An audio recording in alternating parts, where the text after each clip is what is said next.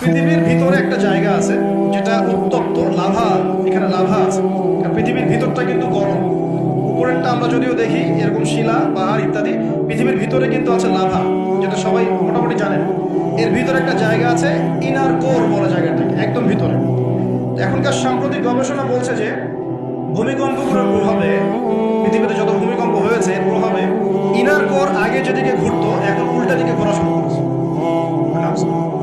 মনে রাখবেন, কিয়ামতের অন্যতম আলামত কিন্তু সূর্য পশ্চিম দিক থেকে উঠবে। আর সময় সংক্ষিপ্ত হয়ে আসবে। নবীজি বলেছেন যে একটা বছর চলে যাবে একটা মাসের মতো, একটা মাস চলে যাবে একটা সপ্তাহের মতো, একটা সপ্তাহ যাবে একটা দিনের মতো, একটা দিন যাবে কেমন, নবী এটাও বলেছেন। নবীজি বলছেন একটা দিন যাবে একটা ঘন্টার মতো। মানে ঘন্টা মানে কি, যে ম্যাচের কাঠি জ্বালাতে যতক্ষণ সময় লাগে এতটুকু সময়ের মধ্যে মিনিট চলে যাবে। আপনাদেরকে নিউজ দেয়, চায়নাকে নাম তো শুনেছেন, চায়না একটা বাঁধ নির্মাণ করেছে, কৃত্রিম বাঁধ। ওর দেশে একটা কৃত্রিম বাঁধ নির্মাণ করেছে।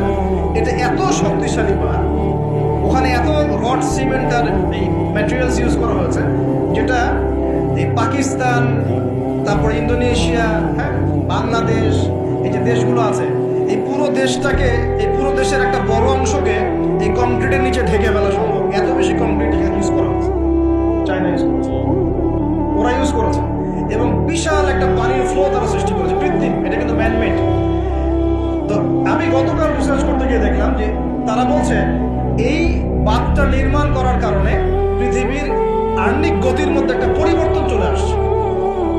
মানুষের হাতের কামাই দেখে মহাবিশ্বে এমন কিছু একটা হবে যাতে এই পৃথিবীর গতির মধ্যে একটা পরিবর্তন আসবে। একদিন কেমন করে এক বছরের সমান হতে পারে? সাহাবীরা প্রশ্ন করলেন, ইয়া রাসূলুল্লাহ, আমরা তখন নামাজ কেমন করে পড়বো? নবীজি বললেন, অনুমান করে পড়ে নিবে, তোমরা এস্টিমেট করে অনুমান করে পড়ে নিবে যে কতটুকু সময় পর পর রক্ত হচ্ছে। তার মানে সাহাবীরা নামাজে তখনও সচেতন ছিলেন। বিশ্বের সামনে ভয়ঙ্কর কিছু ঘটনা ঘটা এখনো বাকি আছে। বিশ্বটা এমন থাকবে না, এখন যা দেখছেন সব এমন থাকবে না। নবীজি বলছেন জ্ঞান উঠে যাবে যখন, এটা উঠে যাচ্ছে দিন দিন। মানুষকে এখন শেখানো হচ্ছে মানুষ বানর থেকে সৃষ্টি হয়েছে। এগুলো জ্ঞান, এগুলো জ্ঞান। ইসলামের জাজন্যমান ইতিহাসগুলোকে মানুষ বলে যাচ্ছে এগুলো জ্ঞান। মানুষকে শেখানো হচ্ছে সমকামিতা ভালো জিনিস, এগুলো জ্ঞান। সমকামিতা ভালো জিনিস, এটা ব্যক্তি স্বাধীনতা। শেখানো হচ্ছে মানুষকে যে পর্দা, এগুলো কুসংস্কার। পর্দা কি? কুসংস্কার। এগুলো জ্ঞান। জ্ঞান কাকে বলে? ওই উৎপাদন মানে জ্ঞান উঠে যাচ্ছে, কবজ করে নেওয়া হচ্ছে। আর দেখেন আরেকটা হাদিস আসছে, আল্লাহ পাক কিন্তু কোরআন হাদিসকে তুলে নেবেন না। একটা হাদিস আসছে, আল্লাহ পাক কোরআন হাদিসকে তুলে নেবেন না, কিন্তু আলেমদের মৃত্যু হবে বেশি বেশি। আলেমদের জান কবজ করার মধ্য দিয়ে আল্লাহ পাক জ্ঞান উঠিয়ে নেবেন। একটু দেখেন না কয়জন আলেম আছে মনে, দেখেন তো কয়জন আলেম। আলেম তো অনেকেই আছে আলহামদুলিল্লাহ, কিন্তু বরেণ্য ওলামা যাদের কথা হাজার লক্ষ কোটি মানুষ শোনে, এমন আলেম কয়জন আছে দেখেন। আস্তে আস্তে প্রবীণ আলেমরা সব চলে যাচ্ছে। আর যে প্রজন্ম আমরা তৈরি করছি, এই প্রজন্মের কতজন এর অর্জন করে ওই চ্যালেঞ্জ বুকে নিয়ে জাতিকে সংস্কারের জন্য নেমেছে দেখেন একটু। আমাদের দুনিয়া পেয়ে বসেছে। আমাদের চিন্তা হচ্ছে মসজিদ ইমামতি নিয়ে একটা তারাবি পড়াবো, ইমামতি করবো, একটা মাদ্রাসার মুহতামিম হবো। এতটুকুই আমার চিন্তা স্বপ্ন। কেন স্বপ্ন থাকতে হবে যে আমি আমার জ্ঞান দিয়ে উম্মাকে পরিবর্তন করবো ইনশাআল্লাহ, আল্লাহর জমিন আল্লাহর দিন প্রতিষ্ঠা করে ছাড়বো ইনশাআল্লাহ। এরকম চ্যালেঞ্জ নেওয়ার মানসিকতা আছে কয়জনের, খেয়াল করে দেখেন। আর হিউজ এই যুব সমাজ যারা জেনারেল লাইনে পড়ছে, তাদের মধ্যে কয়জন আলেম হচ্ছে একটু চিন্তা করেন। আর যারা দুই একজন উঠে আসার সুযোগ পাচ্ছে, তাদেরকে আবার মানুষ বুক ভরে রিসিভ করছে না, তারা হেল্প পাচ্ছে না, সহযোগিতা পাচ্ছে না, বরং হিংসার শিকার হচ্ছে, বিদ্বেষের শিকার হচ্ছে, আগ্রহ হারিয়ে ফেলছে। আমি এখানে সে কি করবো, আমাকে তো বুকে টেনে নেওয়ার কেউ নাই, এমন মনে হচ্ছে মানুষের কাছে। তো জ্ঞান উঠে যাবে, কিন্তু শুধু কোরআন সুন্নাহ আল্লাহ পাক তুলে নেবেন না, এমনটা আল্লাহ পাক বলেন নাই। আল্লাহ বলেছেন, তার নবীর মাধ্যমে জানিয়েছেন যে আলেমদের মৃত্যু হবে, সংখ্যা কমে যাবে। সংখ্যা বেড়েছে না কমেছে? আল্লাহ পাক আমাদেরকে বোঝার তৌফিক দান। আমরা এখন আলেম হই নাই, যে শব্দগুলো আমাদের সামনে ইউজ করা হয়, কসম আল্লাহর, এগুলোর সাথে আমাদের কোনো সম্পর্ক। এখন আমরা শুধু তালেবে ইলম আছি। আর আমি দোয়া করি আমি তালেবে ইলম অবস্থায় থাকতে চাই, কারণ জ্ঞানের কোনো শেষ নাই। দোলনা থেকে কবর, জ্ঞান অর্জন করতেই থাকতে হবে। নবী মূসা আলাইহিস সালাম পর্যন্ত জ্ঞান অর্জন করতে গিয়েছেন খিজিরের কাছে আলাইহিস সালাম, জান নাই? নবী মূসা আলাইহিস সালাম বলছেন আমি সবচেয়ে জ্ঞানী মানুষ, আল্লাহ পাক বলছেন না, তুমি সবচেয়ে জ্ঞানী মানুষ না, ওই যে আমার বান্দা খিজির, ও জ্ঞানী মানুষ। তখন তিনি বলছেন আমি তার সাথে দেখা করতে চাই, জ্ঞান শিখতে চাই। হাল আত্তাবিউকা আলা আন তুআল্লিমানি মিম্মা উল্লিমতা রুশদা। তিনি গিয়ে বলছেন আমাকে কি আপনার আপনার সাথে রাখবেন, আল্লাহ পাক আপনাকে যা শিখিয়েছেন তার থেকে কিছু শেখাবেন। কে বলছে? নবী মুসা আলাইহিস সালাম। তো নবী মুসা আলাইহিস সালাম তালেবে ইলম হতে পারেন, আর আমরা কি বিয়া হয়ে গেছি নাকি? ভাই আন্তর্জাতিক খ্যাতি সম্পন্ন হাবিজাবি এগুলো বয়কট করেন, দরকার নাই প্রবলেম, এগুলো কোনো দরকার নাই। এমনি আমরা তালেবে ইলমই থাকতে চাই।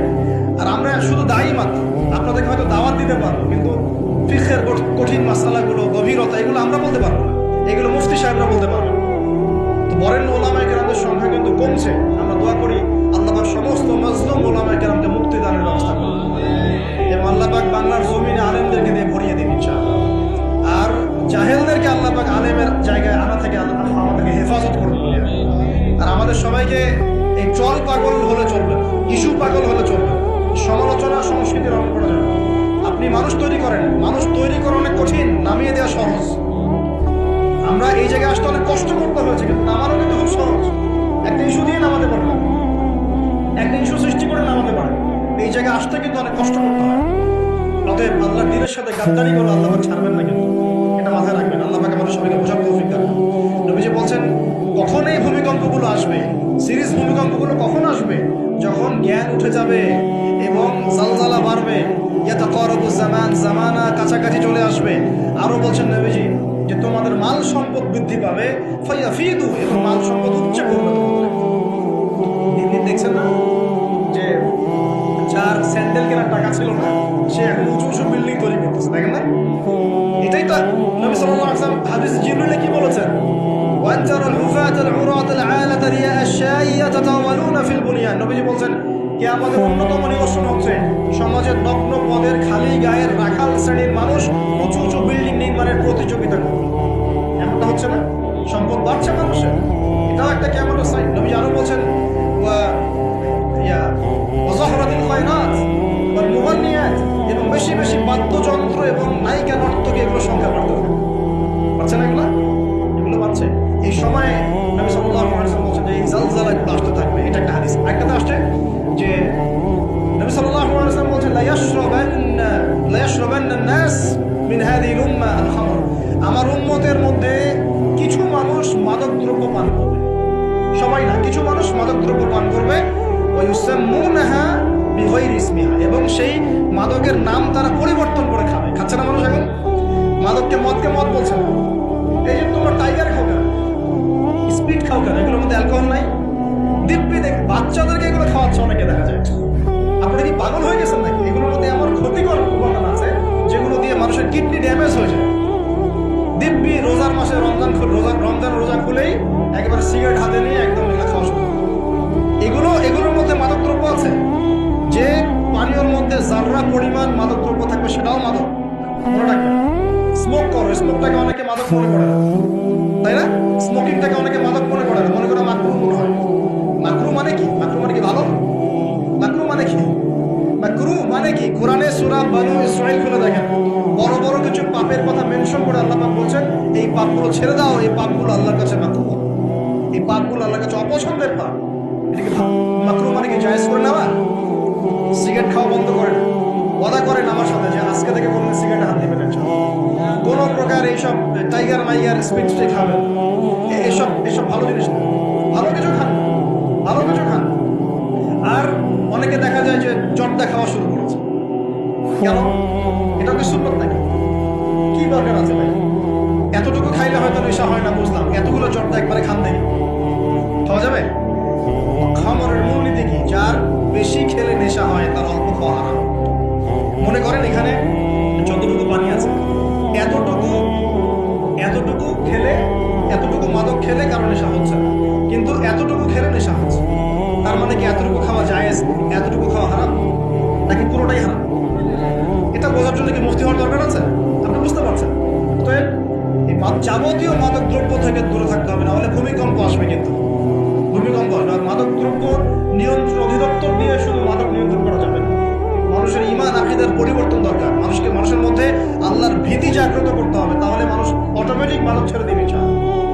আমরা কি যুবক ভাইদের কাছে ওয়াদা নিতে পারি ইনশাআল্লাহ তাআলা জীবনেও কোনোদিন মাদক খাবো না, জীবনে কোনোদিনও মাদকের ধার কাছে যাবো না ইনশাআল্লাহ।